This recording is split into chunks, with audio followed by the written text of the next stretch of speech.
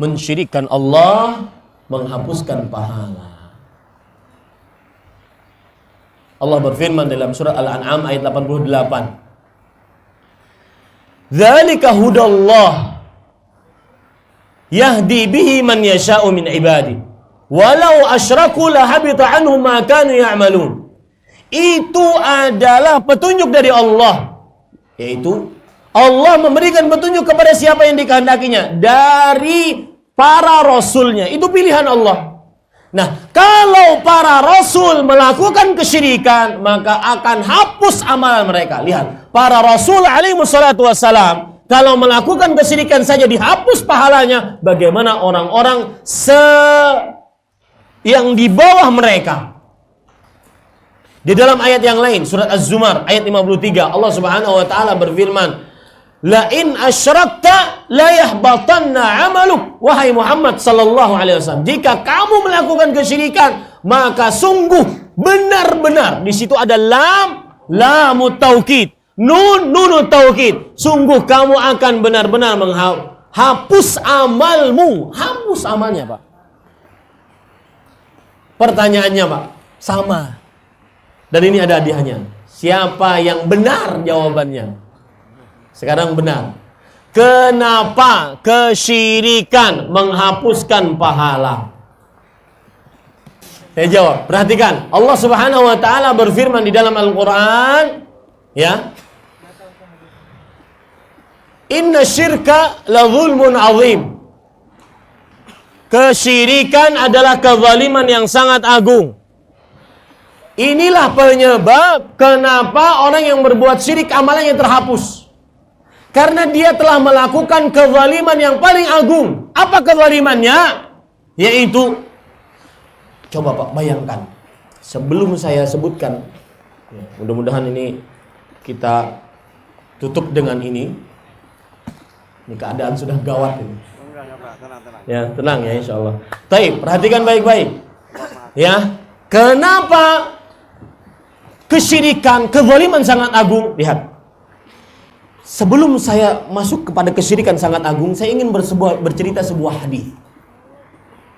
Allah berfirman, "Salasatun," 3 orang yang tidak akan dilihat oleh Allah, tidak disucikan oleh Allah, tidak dibicarai oleh Allah, dan mereka mendapatkan siksa yang pedih. 4 ancaman siksa besar. Tidak dilihat, tidak disucikan, tidak dibicarai, dan mendapatkan siksa yang pedih. Siapa mereka?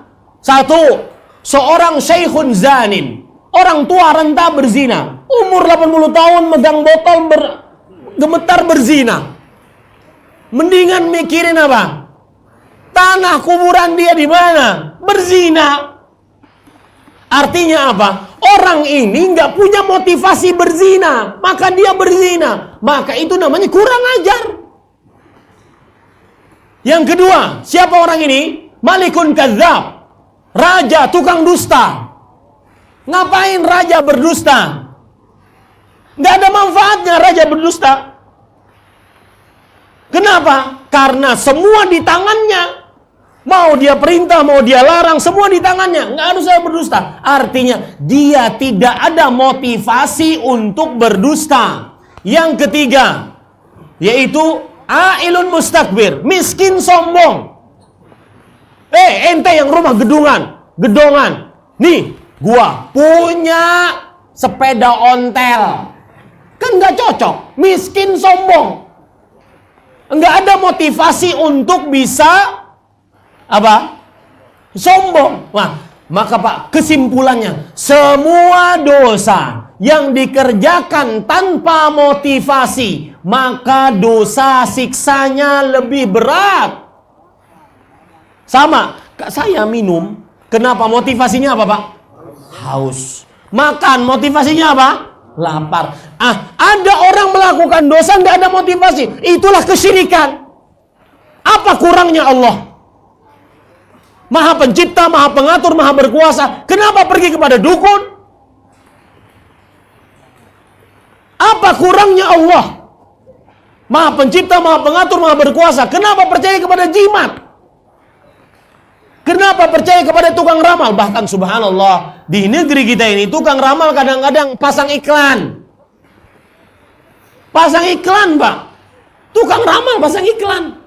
Diundang di acara-acara variety show di televisi. Tukang ramal. Yang kalau kita bertanya kepadanya, itu tidak diterima pahala sholatnya 40 hari.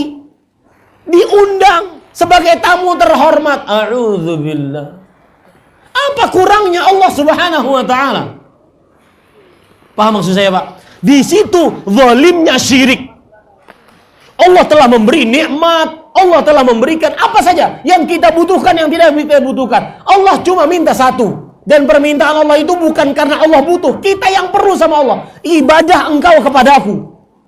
Sudah dikasih macam-macam oleh Allah. Allah tidak minta jasa, cuma kamu harus beribadah. Dia malah minta kepada selain Allah. Ini kan kurang ajar. Itu yang menyebabkan apa? Syirik menghapuskan pahala.